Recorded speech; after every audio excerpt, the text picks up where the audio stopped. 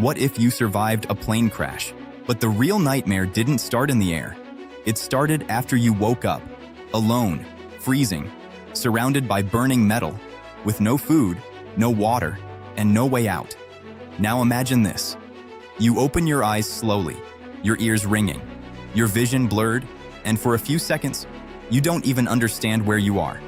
Then suddenly, it hits you, the crash, the impact, the chaos, and now, silence. Complete silence. Except for distant flames crackling through the wreckage. Now here's the terrifying question. What do you do? When surviving the crash was actually the easy part, because right now, you're injured, disoriented, your body in shock, and the environment around you is trying to kill you from two different directions, fire and freezing cold. Now think about that. Heat from the burning wreckage on one side, and deadly cold air cutting through your body on the other, and you're stuck right in the middle. Now imagine trying to stand up, your body weak, your muscles barely responding, your head spinning, but you force yourself because deep down, you know one thing. If you don't move, you die.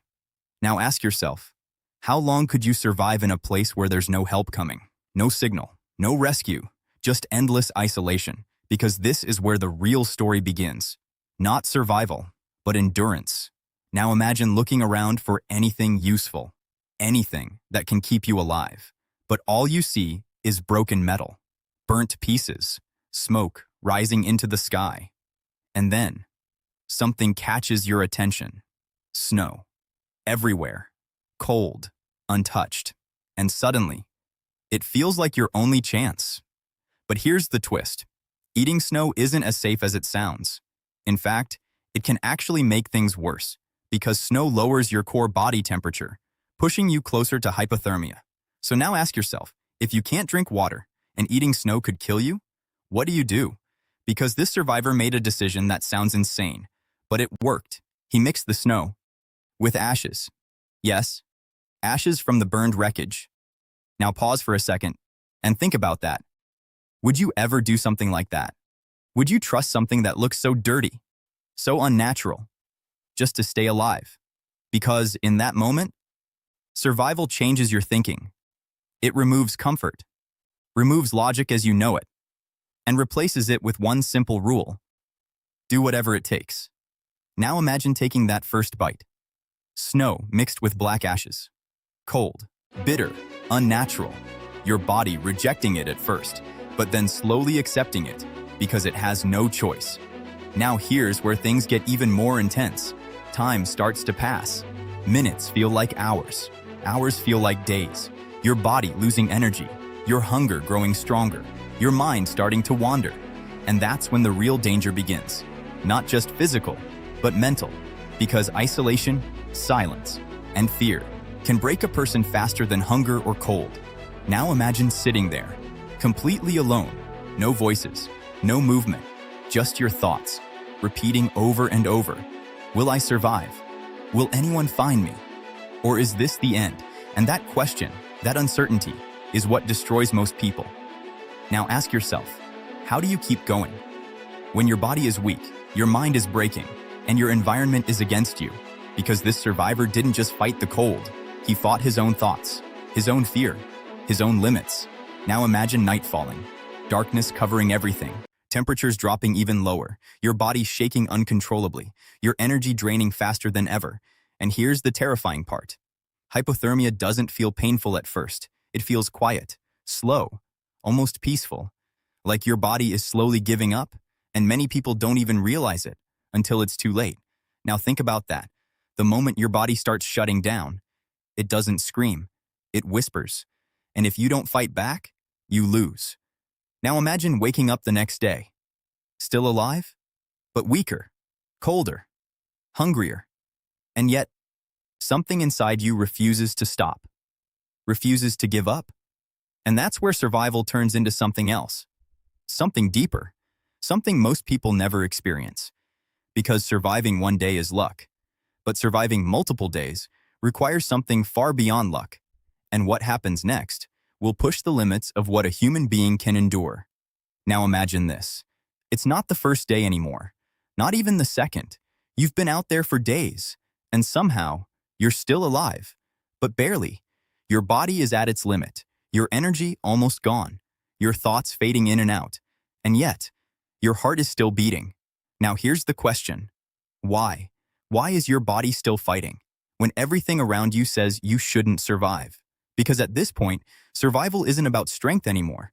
It's about something deeper, something mental, something primal.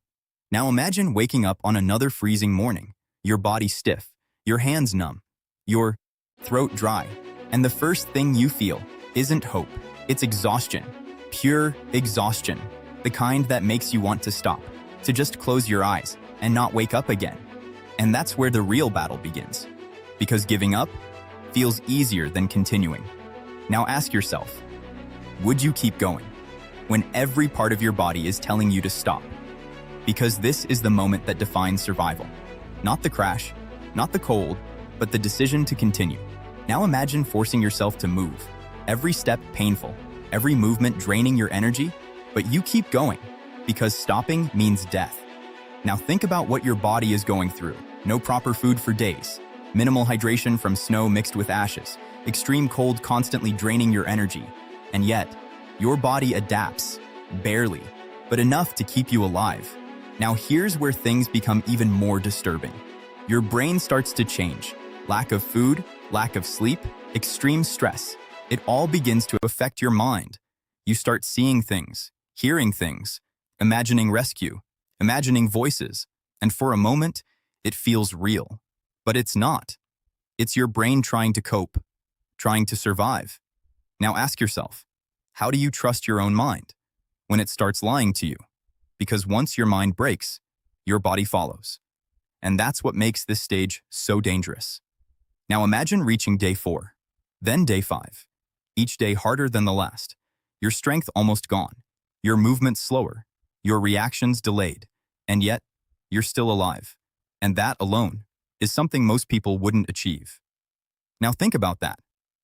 The human body, pushed beyond its limits, still fighting, still surviving. Now here's the most powerful moment. The moment everything changes.